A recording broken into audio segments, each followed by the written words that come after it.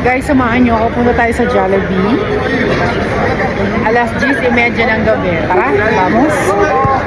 Samahan nyo ako. Isang 5 minutong kwentuhan habang pupunta tayo sa Jollibee. Let's go.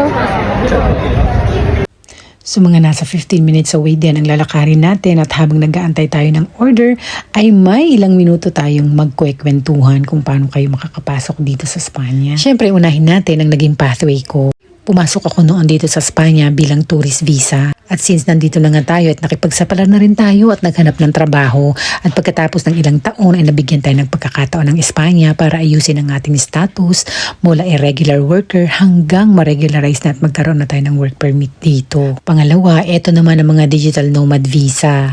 Pwede kang mag-apply kung nagtatrabaho ka remotely sa mga kumpanyang wala sa Espanya o mga kliyente na nasa labas ng bansa.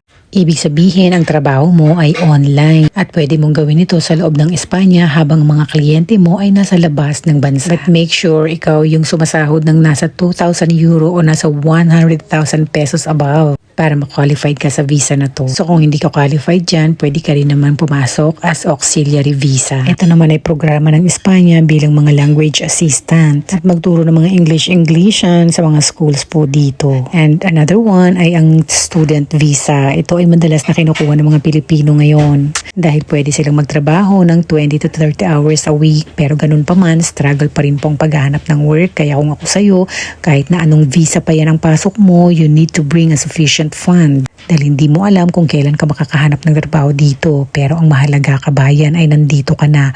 Ang mga oportunidad ay napakarami na, maging determinado ka lang at masipag sa bansang Banyaga. So kung makikita nyo, dinadala ko kayo kung saang lupalop ng Madrid, kung saang madilim na kasulok-sulukan para naman makita nyo ang dark side ng city, para hindi naman laging magaganda na lang pinapakita ni Bonjour na pagdating nyo dito ay hindi pala ganon ang ine-expect ninyo. Dahil sa totoo lang, sa lahat naman ng bansa o kahit napakayamang bansa pa yan, ay may mga pangit din. May mga red flag din, bes. Kaya ngayon palang pinapakita ko na sa'yo. Gaya ng pangarap mong magpunta dito sa Spanya, hindi lahat masaya. May mga struggles din po kaming dinaanan bago pa kami nakapag-settled o nakapag-adjust dito.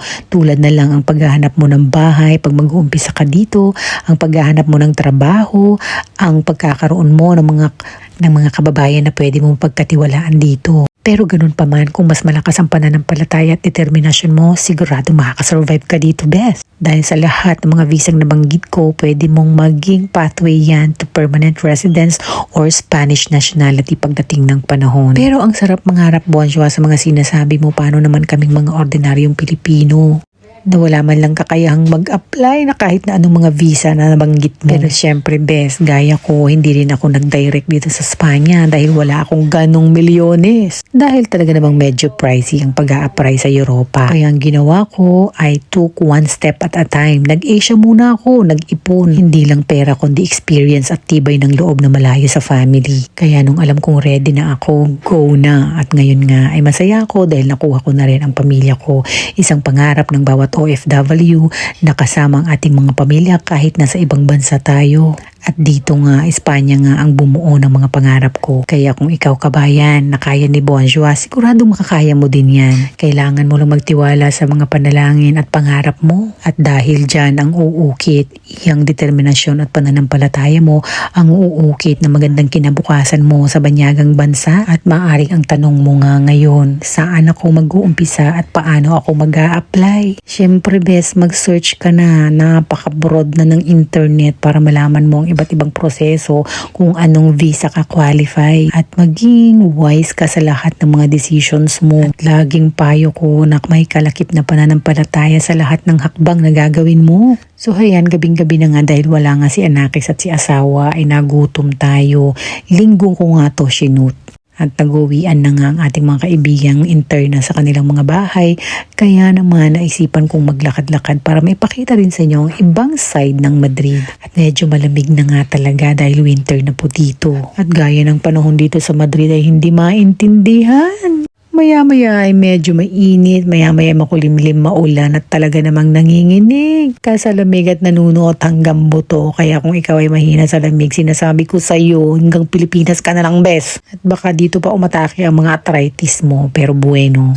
pagdating sa ating kalusugan ay maganda naman ang healthcare system ng Spanya. So kung mapapansin nyo, medyo may mga tao na sinyales na malapit na tayo sa sentro. Tapos na nga mga holidays dito, kung makita nyo wala nang mga kumukutitap na mga dekorasyon ng paligid. Kaya naman pilitin nating pasahin ang ating mga damdamin kahit walang okasyon. So yan, masyado nang mahabang ating kwentuhan. So yan, malapit na nga tayo at tatapusin ko na tong video na to. I-search mo na lahat ng visa na nabanggit ko at tignan mo na kung saan qualified ka. Ipag-pray mo, mag-search ka at maging maingat sa lahat ng mga decisions mo sa buhay, kabayan. Okay? So, ayan na nga ang ating order. Adios mga amigas-amigas. Salamat sa pakikinig at panonood ngayong gabi. Hanggang sa muli!